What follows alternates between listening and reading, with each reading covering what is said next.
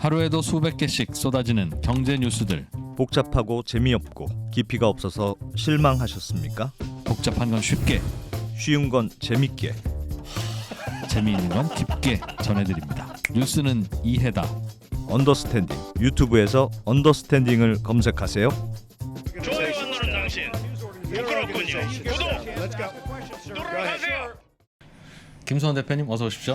예, 안녕하십니까. 네. PPA. 아이고.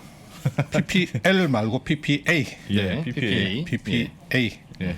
어떤 내용입니까?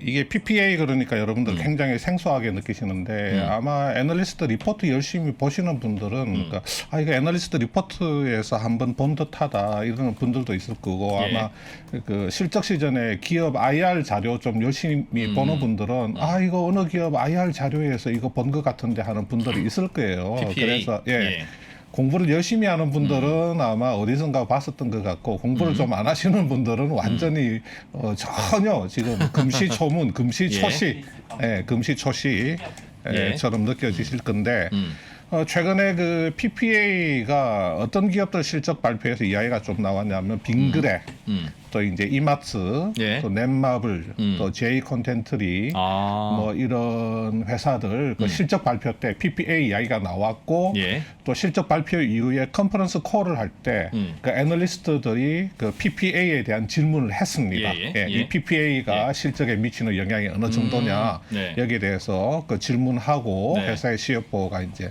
답을 하기도 했기 때문에 PPA라는 용어가 생소하더라도 예. 이거 좀 좀 어렵다고 생각하지 마시고 알겠습니다. 특히 제가 뭐 이렇게 다른 재주는 없어도 그래도 조금은 이렇게 쉽게 풀어주는 그런 네. 얄팍한 재주는 좀 있지 않습니까? 그러니까 저만 믿고 그냥 알겠습니다. 따라오시면 예. 그 이해가 다 되시니까 너무 걱정하지 마시고 다른 유튜브 채널로 돌리지 마시고 채널 고정하시면서 오늘 확실하게 이거 PPA 앞으로 애널리스트 실적 발표회나 아니면 IR 자료나 신문 기사나 어디에서든 PPA라는 단어가 나오면 이거는 내가 확실히 설명할 수 있겠다. 그 정도 수준까지 갈 수 있으니까 저만 믿고 따라오시면 됩니다.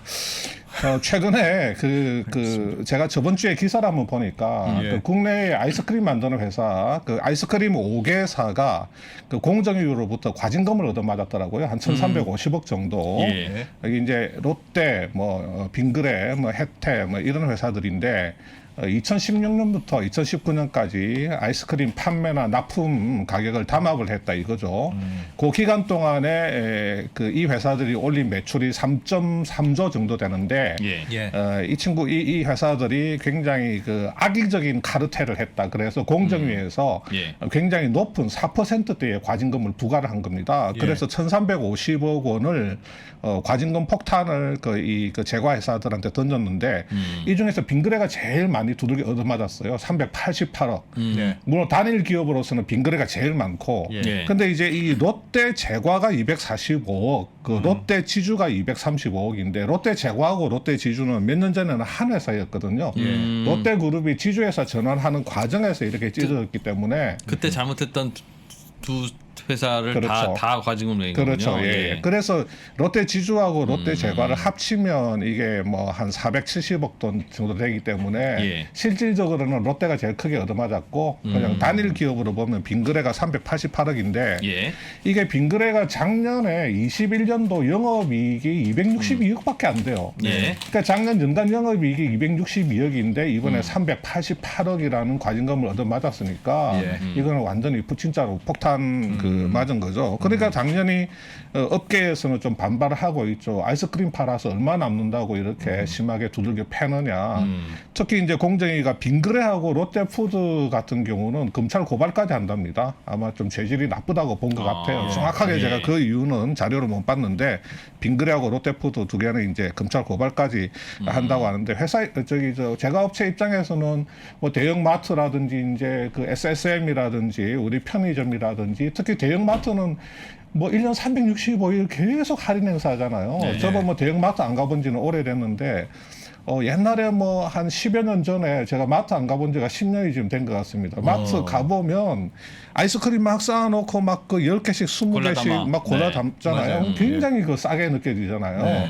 근데 아이스크림이 진짜 생각보다도 많이 안 남는 그 장사라고 그러더라고요. 그래서 지금 그 마트한테 이제 우리가 휘둘리면서 어쩔 수 없이 출혈 경쟁을 하다가 도저히 견디다 못해서 조금 모여서 우리가 약간의 협의를 좀 한 것뿐인데 이걸 가지고 이렇게 1,300억씩 그 과징금을 두들기면 어떻게 하느냐 하면서 뭐 소송을 하겠다, 행정 소송을 하겠다 뭐 이러고 있는 겁니다. 근데 여기에 이제 제가 딱 보니까 이 빙그레가 들어가 있는 거예요. 이게 빙그레가 조금 이제 제가 볼 때는 좀 안타까운 회사거든요. 아까 말씀드린 것처럼 21년도 실적이 20년도에 비해서 굉장히 안 좋습니다. 네. 실적이 안 좋은 이유는 뭐 근본적으로는 그 대외적인 여건들 뭐 원자재 가격 상승이라든지 뭐 물류비 상승이라든지 그런 게 있지만 이 그 빙그레 실적을 망가뜨린 이유 중에 하나가 PPA라는 게 있단 말이에요. 거기서 이제 오늘의 PPA가 등장하는군요. 그래서 오늘의 그 문제의 PPA를 빙그레와 이마트와 넷마블과 제이컨텐터리와 CJ 제일제당의 사례를 통해서 한번 확실히 한번 배워보자 그런 이야기입니다 지금. 그러니까 알겠습니다. 대화를 하다가 네. 빙그레는 다 좋은데 이 PPA가 PPA가 좀 문제야. 걱정이야. PPA가 실적에 반영이 되면 그러면 얼마나 있어 보여 이게. 리스펙트죠. 리스펙트. 엄청나게 존경하는 그럼. 눈빛이죠. 네, 이거는 네. 뭐. 알겠습니다. 자 그러면 PPA. 그 자료를 한번 잠깐만 보시면 자 빙그레가 1월 28일 날 그 작년 4분기 이제 실적을 내놨죠. 여기 보면 매출은 증가했습니다. 우리가 그 마켓컬리 공헌이익 컴퍼니 백브리핑에서 마켓컬리 공헌이익을 할 때 회사가 매출이 늘면 이익은 더 커진다. 고정비 효과에 의해서 그런 이야기를 한번 말씀드린 적이 있습니다. 영업 레버리지 효과. 그런데 매출이 20% 늘었는데 영업이익은 이렇게 보면 34% 줄었죠. 당기순이익은 당연히 44% 줄고 매출이 늘었는데 이렇게 이익이 줄어들 때는 네. 대부분은 그 재료 가격의 상승이라든지 뭐 물류비의 상승이라든지 그렇겠죠. 이런 데 큰 원인이 있습니다. 그래서 빙그레에서 밝힌 주요 원인은 뭐냐? 역시 재료비가 너무 올랐다. 원자재 가격이 너무 올랐다. 그다음에 운송비 요즘 이제 공급망 그 사태가 심각하지 않습니까? 예. 재료비, 운송비 상승에 따라서 영업이익이 감소했다고 하는데 여기서 밝히지 않은 또 주요 이유 중에 이제 PPA라는 게 있다. 그럼 PPA라는 게 뭐냐? 자, 이 빙그레가 지금 어떻게 돼 있냐면 옛날에 혜태 제과가 아이스크림 사업부를 이렇게 물적 분할했죠. 예. 그래서 100% 자회사인 혜태 아이스크림을 이렇게 만들었는데 이 지분 100%를 네. 이렇게 빙그레가 인수를 해갑니다. 그래서 지금 빙그레가 혜태 아이스크림을 100% 자회사로 가지고 있습니다. 이게 이제 2020년도 10월 달에 있었던 그런 상황이죠. 네. 여기 이제 혜태 요거 보면 이제 브라보, 뭐 브라보콘, 요거 탱크보이 옛날 제가 많이 먹었던 겁니다. 여름이면 이거 탱크보이 이거 입에 달고 살았거든요. 네. 누가 봐, 바밤바, 볼라포 이런 거 굉장히 이제 유명한 브랜드들입니다. 그래서 볼라포. 혜태가 사실은 아이스크림 명가예요. 지금 이거 얼마나 유명한 브랜드입니까? 브라보, 야, 누가 봐, 브라보콘, 그렇지. 예, 누가 봐, 맛있는가 봐, 누가 봐 이거 있지 않습니까? 그다음에 바밤바. 그거 예. 방금 그게 CF였어? 네, 예, 셰프 송입니다. 누가 CM 봐? 송. 예. 누가 봐 있습니다. 폴라포 탱크보이. 탱크보이 이거 뭐 엄청났죠. 선풍적인 인기였는데 이렇게 아이스크림 명가다 보니까 빙그레가 혜태 아이스크림을 꼭 인수를 하고 싶은 거예요. 너무너무 그 베스트셀러 그 아이스크림들이 많거든. 그래서 지금 혜태가 상황이 안 좋아서 이 아이스크림에서 제대로 돈을 못 버니까 빙그레가 우리가 갖고 가가지고 제대로 아이스크림 사업에서 한번 빙그레도 자체 아이스크림이 있지 않습니까? 네. 뭐 빙그레 아이스크림 어떤 게 있는지 잘 모르겠어요 저는. 근데 빙그레도 자체 아이스크림이 있으니까 자리를 까고 유명한 거 많습니다. 많습니까? 빙그레. 빙그레. 빙그레가 아이스크림의 명가입니다. 아 뭐 빙그레가 모르시는 그래요? 아 네. 2%가 제일 좋아하는 게 빙그레인데. 투게더 빙그레 싸만코 엑설런트 모르십니까? 엑설런트? 벗겨 몰라요. 먹는 빙그레 엑설런트. 저는 이런 거 저렴한 거 좋아하지. 엑셀런트 근데 좀 비쌀 것 같습니다. 네. 메로나. 멜로나 잘 알죠. 멜로나 지금 반대편에 빙그레입니까? 가서도 히트친 최초의 한류입니다. 멜로나 롯데 아닙니까? 네. 롯데가 메로나를 만들었으면 정말 롯데의 시가총액이 한 10조쯤 됐을 거야. 아 그런가요? 네. 메로나를 못 멜로나도 만들어서 참 그 좋은 아이스크림이죠. 그렇습니다. 예. 달달하니. 멜로나 그래서 이제 요렇게 이제 구조가 가 있는데 자 2020년 10월에 인수를 하는 빙그레 입장에서 한번 보자고요. 예. 빙그레 입장에서 야 혜태 아이스크림이 이제 재무제표를 딱 봅니다. 야 자산이 얼마지? 자산이 1,100억이야. 네. 얘네들 부채는 얼마야? 그러니까 재무제표상으로 부채가 600억 원이에요. 그러니까 자산이 1,100억 원 있는데 부채가 또 600억 원 있으니까 이 회사의 순자산, 그러니까 자본은 500억밖에 안 되죠. 그러네요. 그러면 빙그레가 인수를 하면서 재무제표상에 나타나 있는 이 순자산인 500억 원만큼 지급을 하는 게 타당하겠느냐? 그렇진 않단 말이죠. 왜냐하면 이 숫자들은 단순히 재무제표상에 나타나 있는 숫자일 뿐. 예를 들어서 우리가 10년 전에 회사가 땅을 삽니다. 10억에 사죠. 그러면 재무제표에 장부 가격 10억으로 올리는데 네. 땅 가격이 계속 올라도 이 장부 가격을 거의 변화시키지 않습니다. 자산 재평가를 거의 안 하거든요. 어지간하면 안 합니다. 그러니까 지금 현재 시세는 50억일 수도 있는 겁니다. 그러니까 재무제표 상에 나타나 있는 이 자산의 가치가 지금 현재 시세하고 맞지 않을 수가 있는 겁니다. 그러니까 장부로만 따질 수 없는 거예요. 그러면 어떻게 해야 되느냐? 그러면 이제 공정가치 평가를 하는 겁니다. 시세 평가를 하죠. 그러면 만약에 땅을 좀 많이 갖고 있는 회사다 같으면 아무래도 자산이 늘어나겠죠.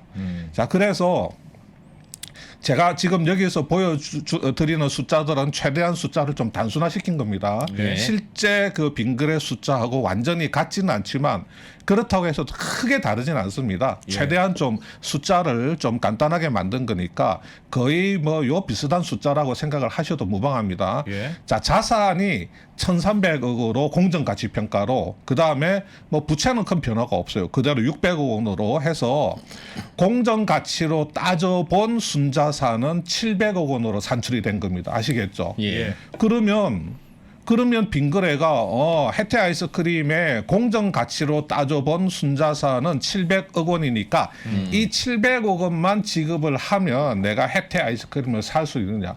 또 이것도 아니란 말이에요. 왜냐하면 예를 한번 들어보겠습니다. 여기 반포치킨이라고 서울의 3대 치킨이라고 하죠. 예. 여기 반포역, 구반포역인가 신반포역인가 하여튼 3번 출구 쪽으로 나가면 그 여기 반포치킨이라고 있습니다.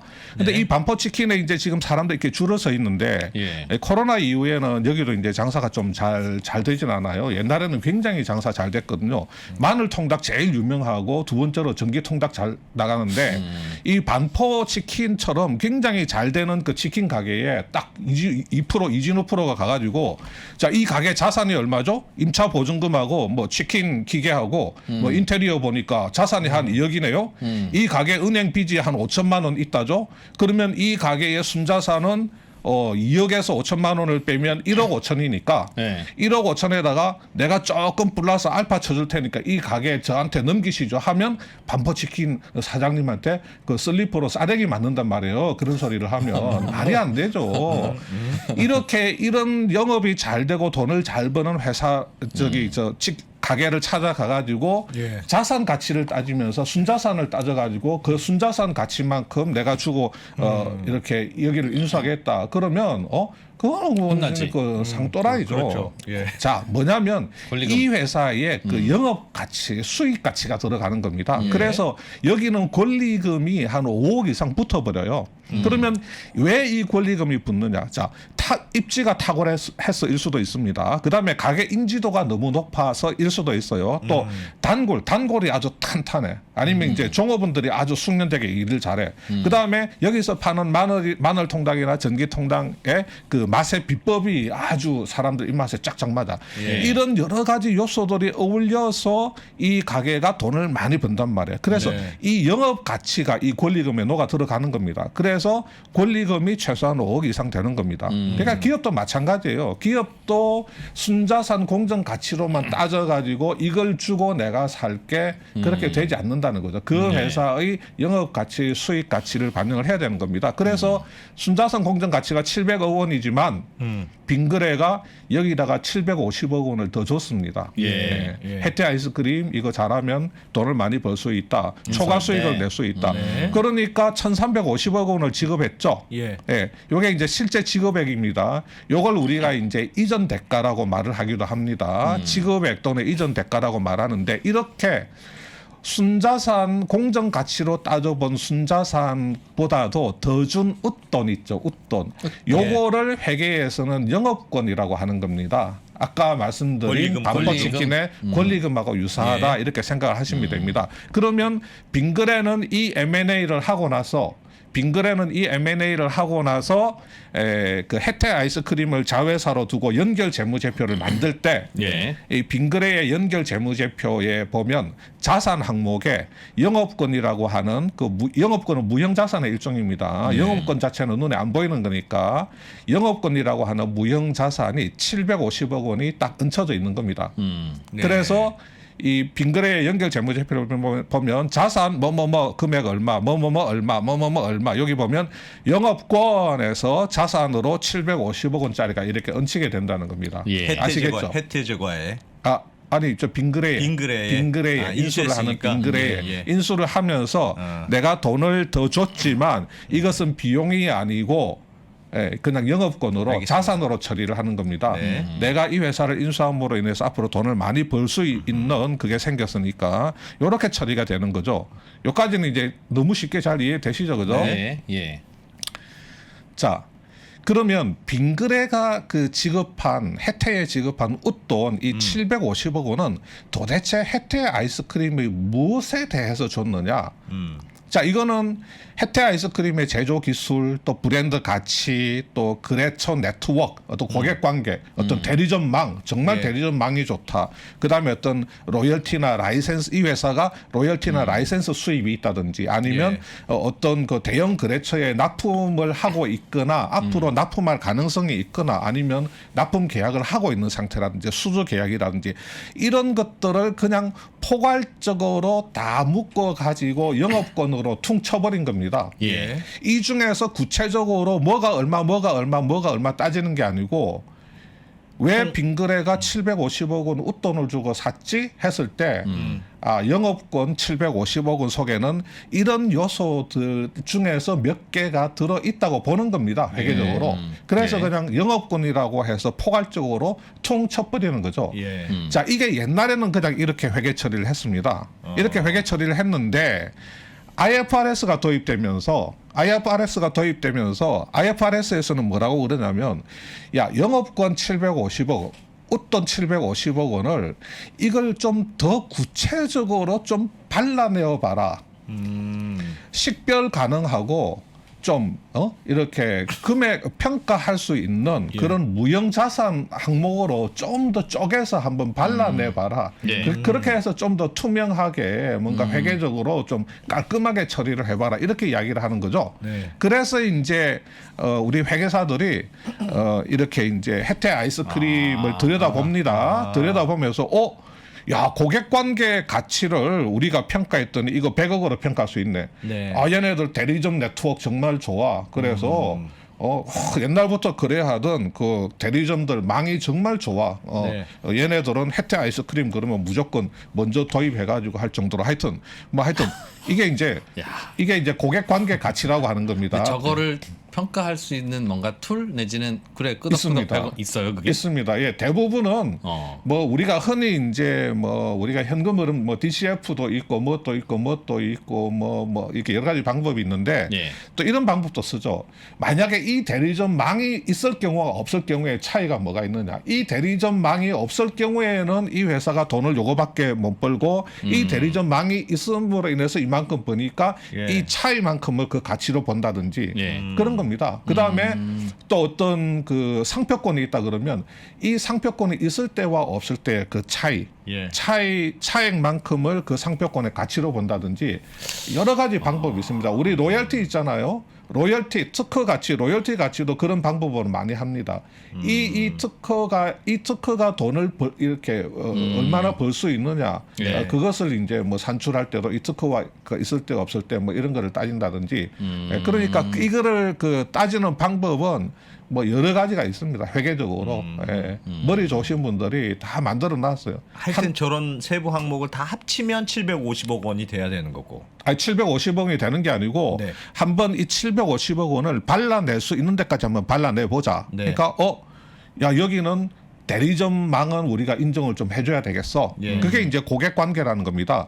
그래서 이 가치 평가를 해보니까 100억이에요. 그 다음에 산업재산권, 이 회사가 가지고 있는 어떤 제조 기술이라든지 뭐 어떤 독특한 뭐 어떤 특허성 뭐 예. 어떤 그런 것들, 이 산업재산권의 가치를 평가했더니 320억이야. 요렇게.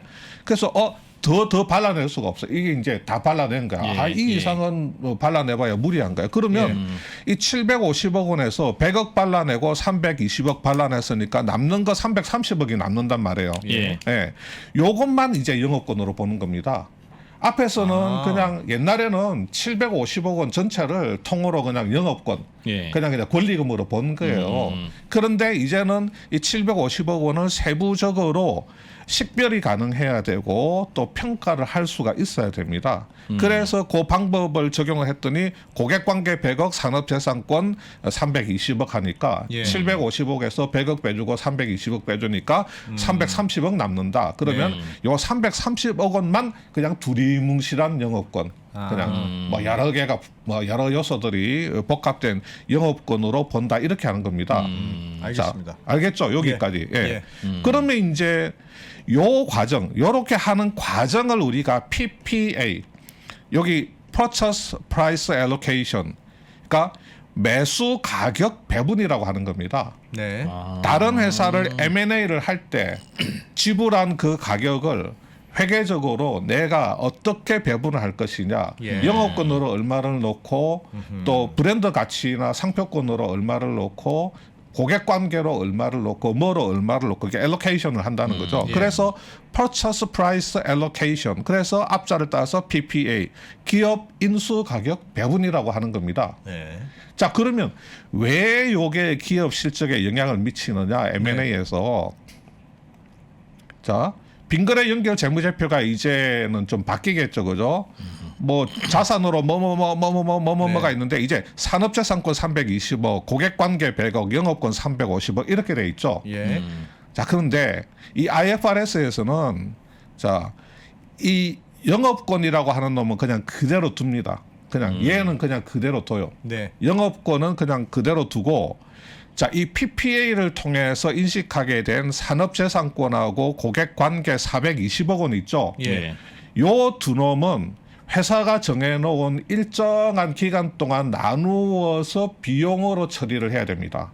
그러니까 요 두 개를 합치면 420억이죠. 예. 만약에 이 회사는 무형자산을 5년 동안 비용 처리한다 그러면 420억 나누기 5년 하면 해마다 84억 원씩, 그러면 분기당 21억 원씩을 무형자산 상각비용, 이 무형자산을 해마다 쪼개어서 비용으로 털어내버린다고 해서 무형자산 상각비용으로 처리를 하는 겁니다. 어허. 자, 영업권은 그냥 그대로 둡니다. IFRS에서는 영업권은 상각비용으로 처리를 하지 않고 그대로 두고, 이 영업권 외에 PPA를 통해서 추가로 인식하고 발라낸 거는 회사가 미리 정해놓은 5년이면 5년, 10년이면 10년, 15년이면 15년 이 기간 동안에 그냥 상각 비용으로 해마다 회계상의 손익계산서상의 비용으로 처리를 해버리는 겁니다. 영업 비용으로 처리를 해버리는 겁니다.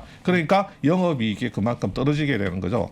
왜 영업권은 냅두고 다른 것만 영업권은 비용상관은 뭐 이것도 왜요? 이제 또 회계적으로 좀 들어가면 네. 조금 복잡한데, 그냥 회계에서 이 IFRS에서 영업권은 이제 좀 비한정이다, 한정적이지 않다, 계속해서. 그러니까 이제 이 산업재산권이나 고객관계나 한정성이 있다. 시간이 한정성이 지나면 있다. 점점 없어질 거라고 생각한다. 예. 이 고객관계, 이 고객 네트워크가 그대로 유지되는 게 아니고 시간이 지나면 없어진다. 한정성이 있다. 한정성이 있기 때문에 일정한 기간 동안에 털어내는 거고, 예. 이 영업권이라고 하는 거는 비한정성으로 봅니다. 그런데 이것도 물론 애매한 건 있어요. 어떨 때는 상표권도 마찬가지입니다. 상표권이 한정적일까 비한정적일까? 상표권 시간이 지난다고 해서 그게 뭐 없어지지는 않을 것 같은데, 이 상표권도 한정성을 가진 걸로 상각 처리를 할 때도 있고, 비한정적이라고 보고 영업권과 마찬가지로 상각을 안 하기도 합니다. 그러니까 이게 그래서 이 회계가 조금 어려운 거예요. 예. 이걸 어떤 관점에서 보느냐에 따라서 딱 정답으로 정해놓은 것은 아니지만 예. 뭐 그 회사마다 스스로 만들어낸 상표권을 영업권과 마찬가지로 생각하지 않고 그대로 갖고 있는 회사도 있고 스스로 자가 창출해낸 상표권을 일정한 기간 동안 상각을 하는 경우도 있습니다. 만약에 상표권을 외부에서 사왔다. 예. 내가 옷을 만들어 파는데 나이키로부터 내가 만드는 옷에 나이키라는 상표를 붙여도 되겠습니까? 그래서 한 10년 사용권을 받아왔다. 그러면 예. 돈을 주고 사온 그 금액 100억을 주고 나이키 상표 10년 사용권을 받아왔으면 1년에 10억씩 해서 10년 사용 기간 동안 비용으로 떨어내야죠. 그거는 상표권을 외부에서 취득을 한 경우고. 예. 다음에 갖다 줘야 되니까 네. 반납해야 되니까. 근데 자기가 이제 내가 열심히 내가 어떤 상표를 붙여서 만들어서 이 상표를 유명하게 만들었다. 이렇게 해서 내가 특허청에 상표 등록을 해서 내 장부에 얹어 놓는 그 상표권은 그 비한정으로 볼 수도 있다는 거죠.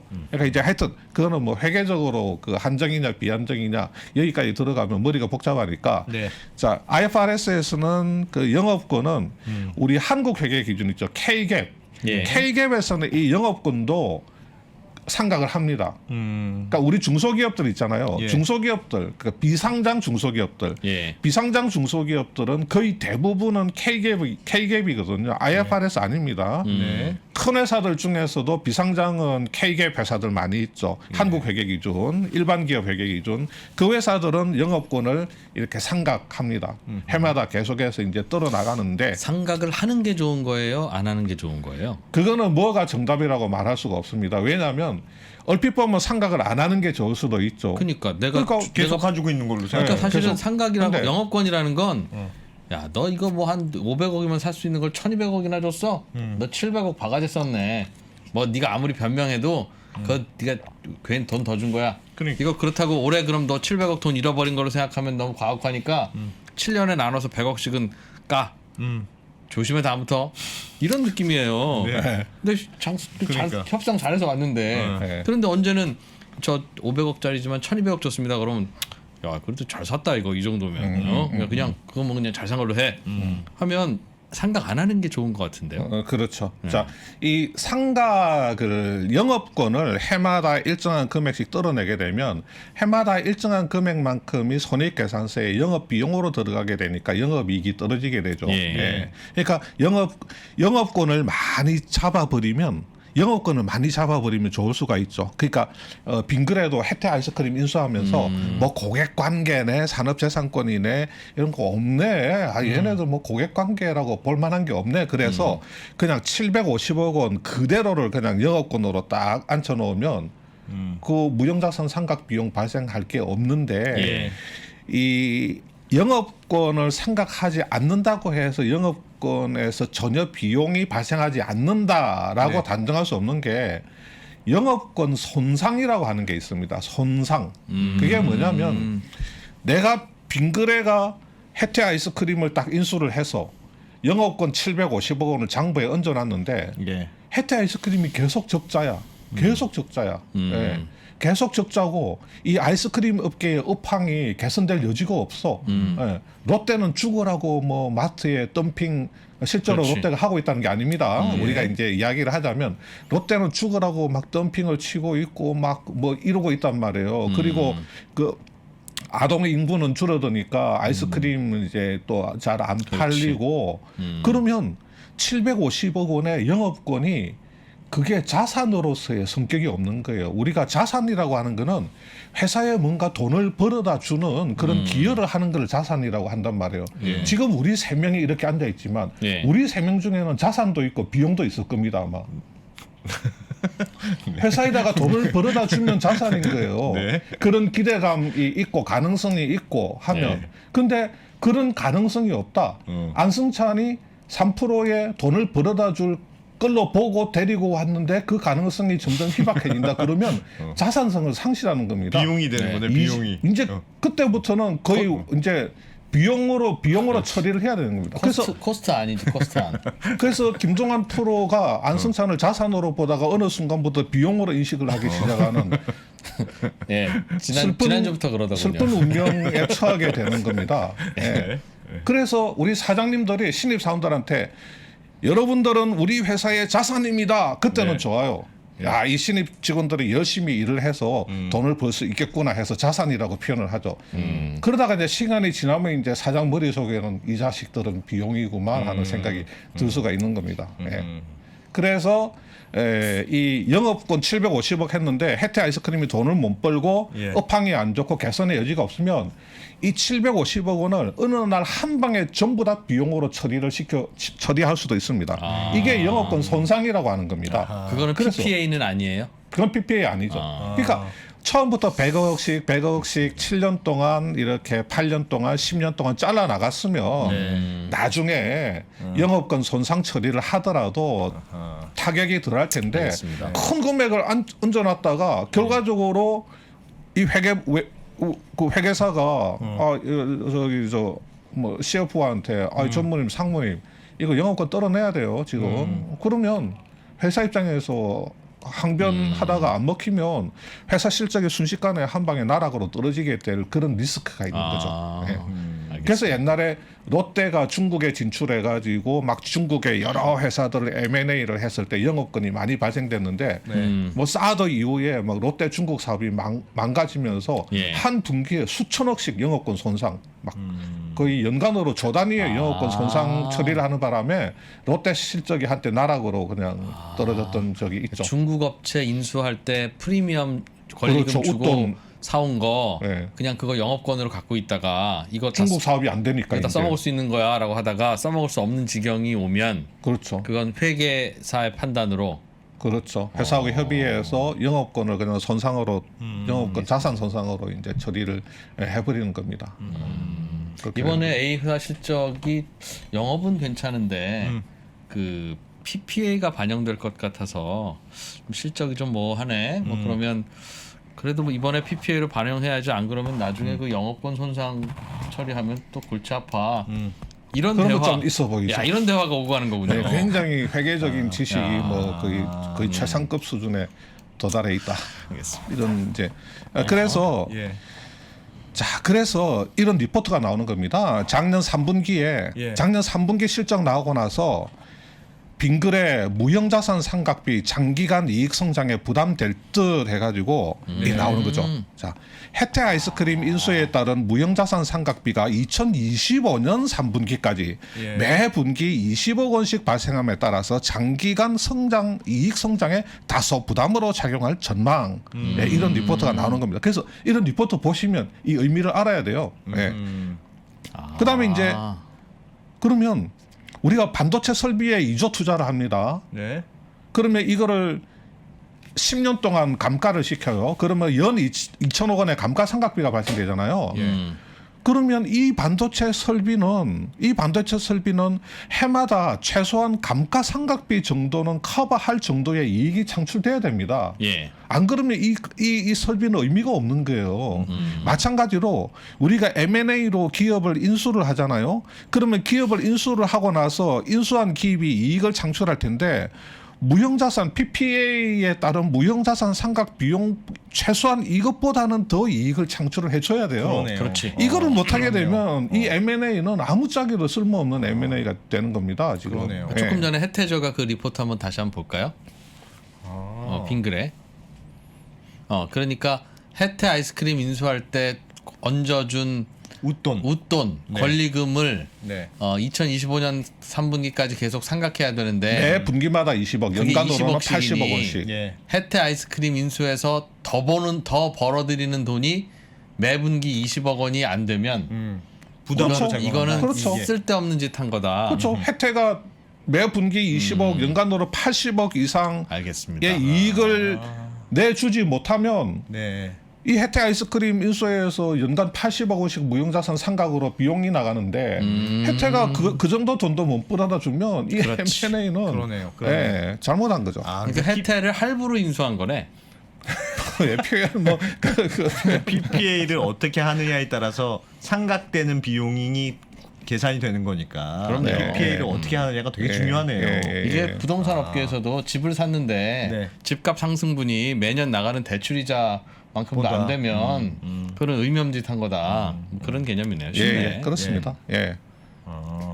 알겠어요. 그래서 이거 빙거래 주가가 지금 이런 식으로 갈 수밖에 없는 여러 가지 그 이유 중에는 이런 부분도 작용을 하고 있는 걸로 그렇게 보입니다. 자, 그다음에 이마트 2월 10일 날 예. 실적 발표를 했잖아요. 자, 이마트 IR 자료입니다. 21년 4Q 손익 실적 해가지고 보면 여기 이렇게 표현돼 있죠. 지분 인수에 따른 PPA 상각비 240억 원 야, 이렇게 표현이 되어 있습니다. 진짜로 등장하네요. PPA가.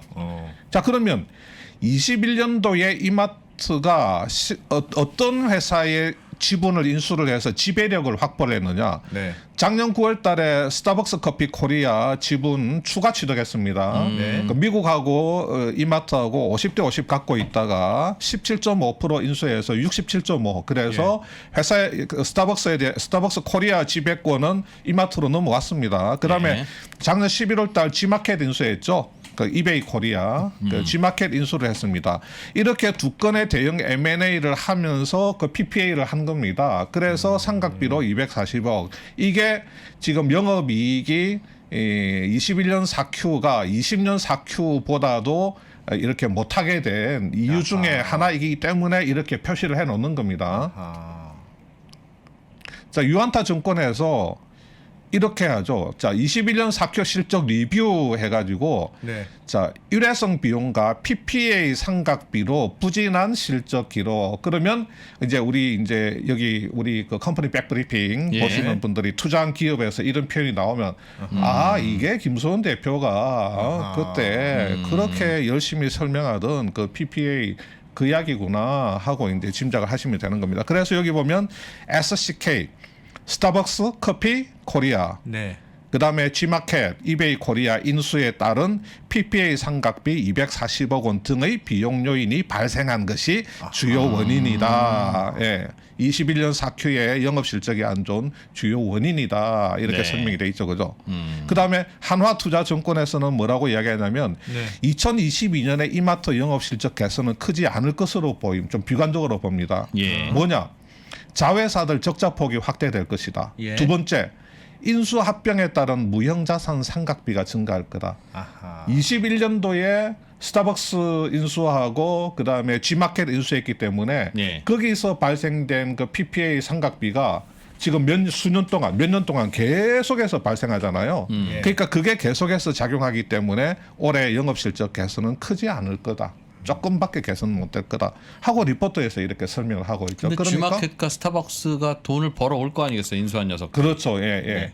그럼 그래서 그 맞습니다. 인수해야 영업이익이 늘어나야죠, 오히려 저 예. 돈 예. 지불하고 나서도. 그렇죠. 근데 그러니까 안 되나 봐요? G마켓하고 이 스타벅스가 돈을 많이 벌어다 주면 이런 그 무형자산 상각비는 일정하게 발생될 수밖에 없기 때문에 네. 이걸 상쇄하고도 훨씬 많이 좋아질 수가 있죠. 그런데 여기 보면 앞에 주요 종속회사의 적자 폭이 확대될 걸로 본다고 했습니다. 그러니까 잘못 인수했구나. 잘못 샀네. 뭐 잘못 하여튼 그렇게 네. 좋지는 않다. 예, 그래서 이제 자 이게 지금 이마트 연결 자회사의 예. 그 21년 4Q 실적입니다. 보면 쓱, G마켓, 뭐 스타벅스 코리아 뭐 이런 회사들 쭉 있죠. 예. 있는데 스타벅스는 작년 10월 달에 편입됐습니다. 연결 편입된 게. 예. 그다음에 여기 옆에 보면 에메랄드 SPB라고 돼 있죠. 요게 그 G마켓입니다. 예. 여기 이제 페이퍼 컴퍼니를 통해서 이렇게 그 M&A 단계 이게 하기 때문에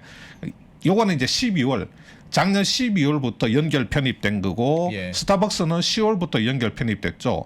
요 이제 G마켓에서 PPA 상각비로 80억이 발생됐다고 돼 있죠. 80억. 예. 그러니까 요 한 달 동안 12월에 편입됐기 때문에 G마켓은 한 달 만에 PPA 상각비가 80억 원이 발생이 된 겁니다.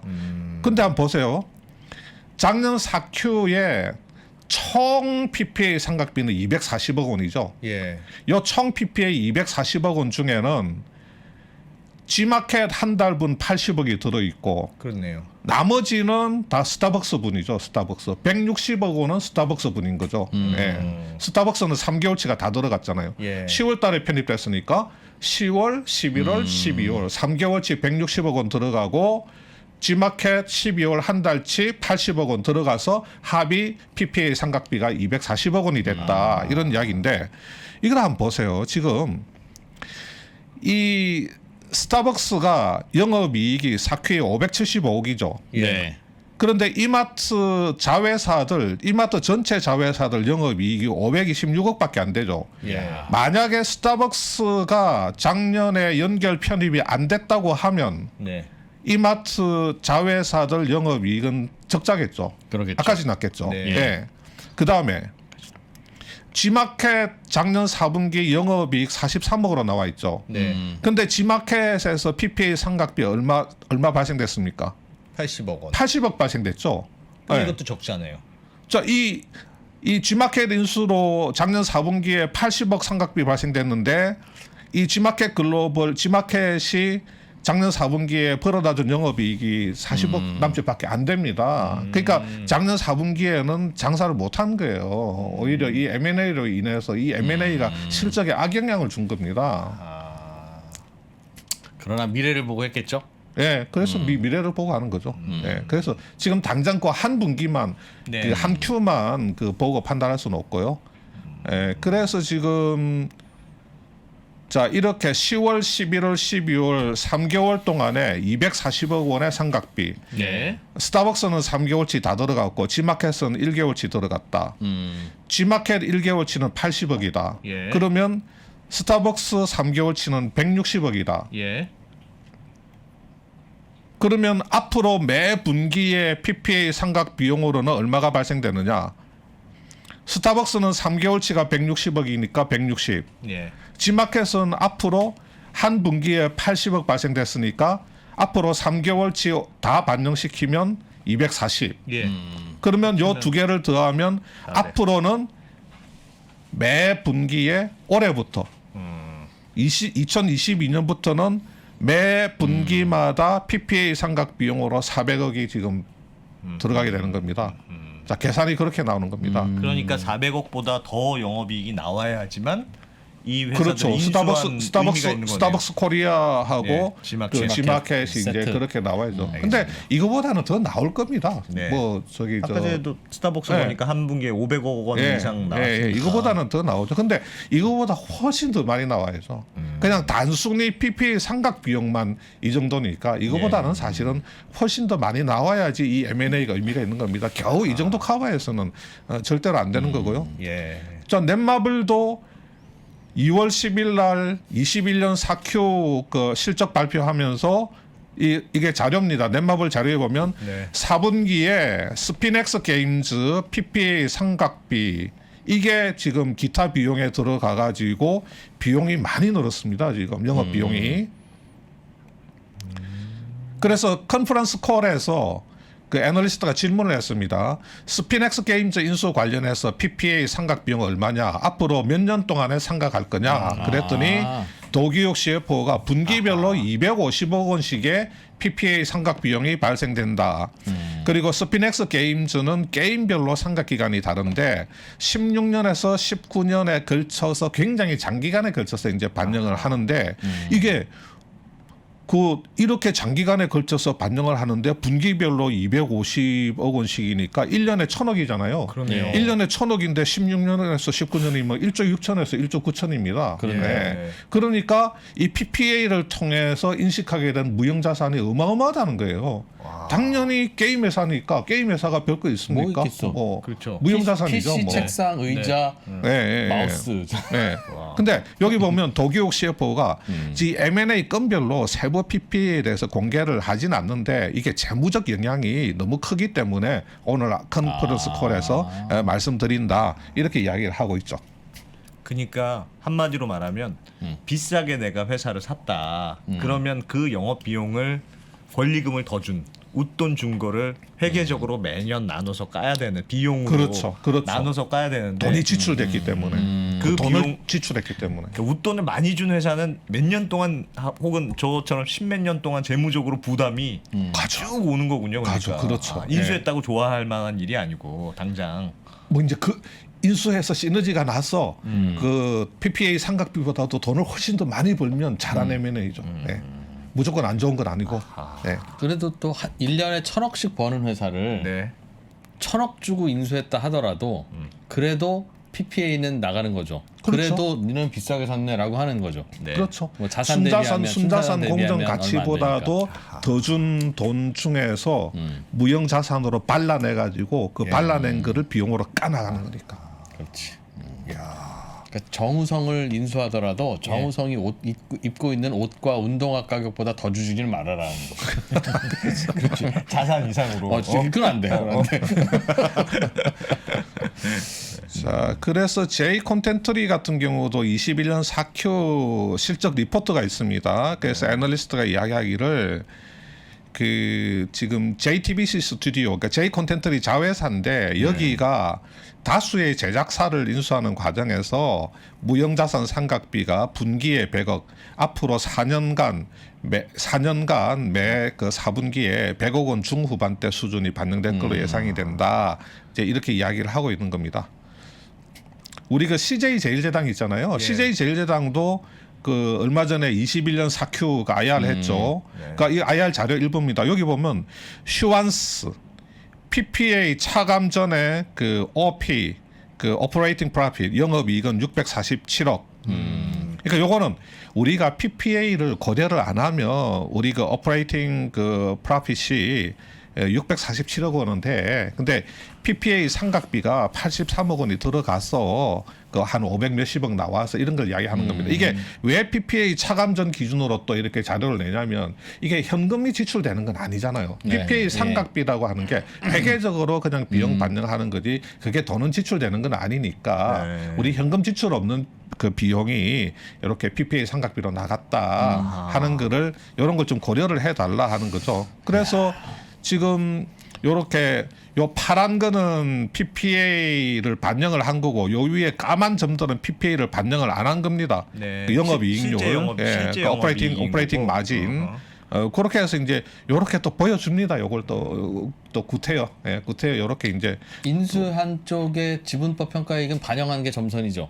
그러니까 플러스는 반영하고 요거 이제 점선으로 된 거는 예. 그 슈완스라고 하는 북미 냉동식품 그 회사를 인수를 하면서 예. PPA에 따라서 상각 비용이 계속 발생되는데 그거를 고려를 하지 않으면 우리 CJ 제일제당의 영업이익률은 이렇게 까만 점 수준으로 나오는데 네. 그 슈완스 PPA 상각 비용을 반영을 하다 보니 영업이익률이 이렇게 파란 선처럼 알겠습니다. 조금 떨어진다.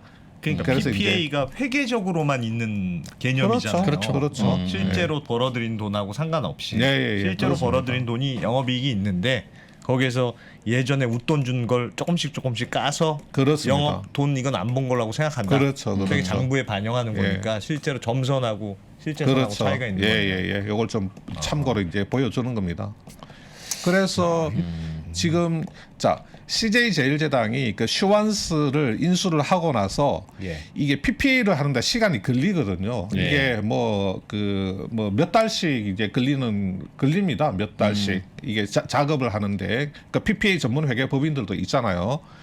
처음에 딱 그 이렇게 공정 가치로 순자산 공정 가치로 인수했을 때는 자 현금은 2조 2천억 정도 줬고 예. 뭐 자산 얼마 있고 이 자산 중에는 무형 자산이 366억 정도 있었고 부채가 얼마 있고 자산에서 부채를 빼니까 순자산 공정 가치가 얼마고 예. 그래서 영업권이 얼마고 이렇게 돼 있잖아요. 근데 이제 PPA를 합니다. PPA를 해야죠. 예. PPA를 하고 나서는 어떻게 되냐면 자 PPA를 하고 나서는 보세요. 360억 무형 자산이 있었는데 무형 자산이 얼마로 늘어나니까 1조 2,955억 어마어마하게 늘어났죠. 예. 그 대신에 뭐가 줄어듭니까?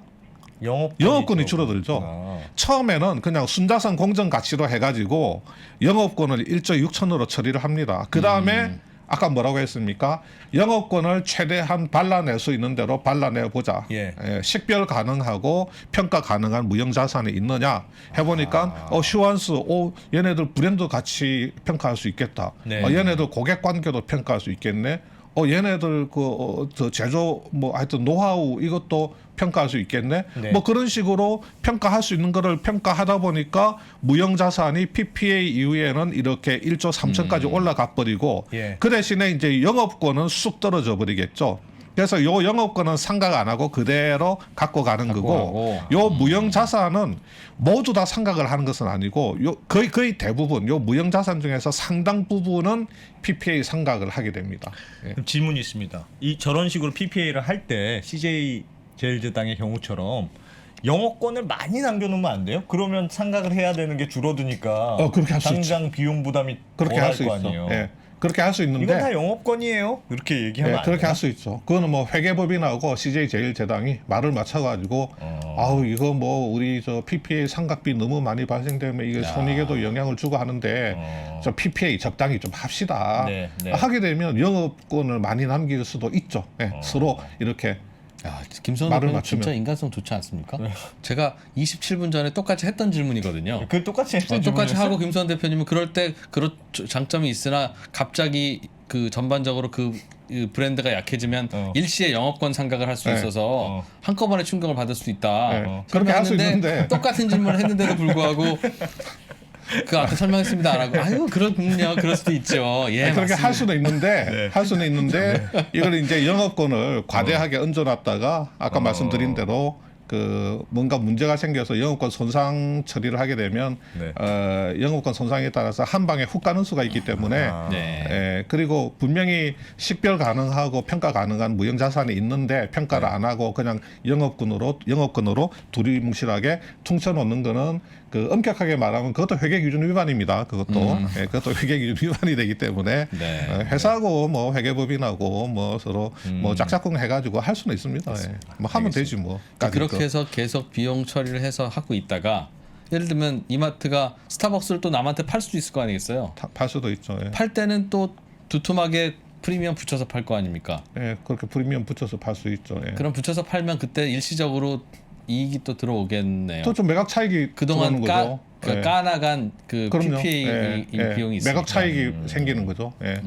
장부상에 있는 자산 부채 순자산에 비해서 더 높게 팔면 당연히 거기서 또 매각 차익이 생기게 되는 거죠. 그러면 5년으로 나누느냐, 나누기를 5년으로 하느냐, 10년으로 나누느냐도 다르잖아요. 그렇죠. 그건 예. 어떻게 정해요?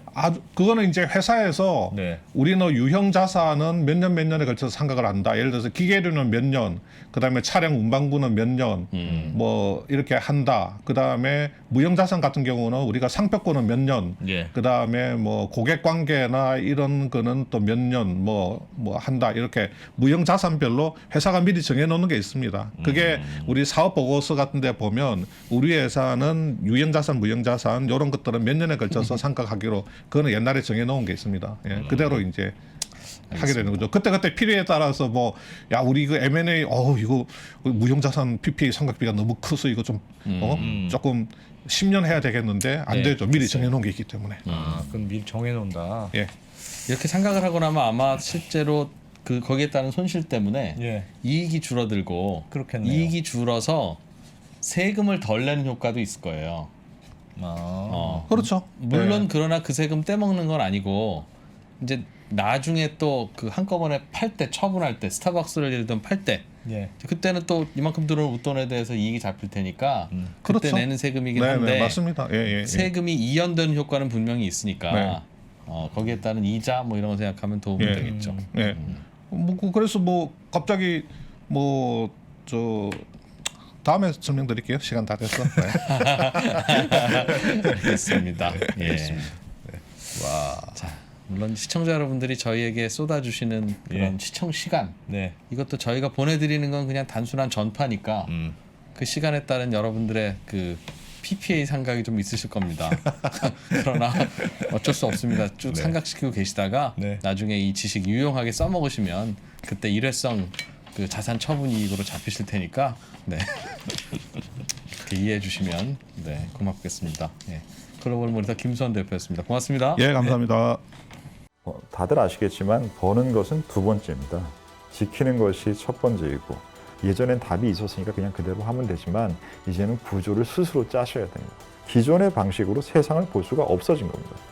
약세장에서 더 강해지는 오종태의 특급 솔루션. 주가를 결정하는 8가지 변수.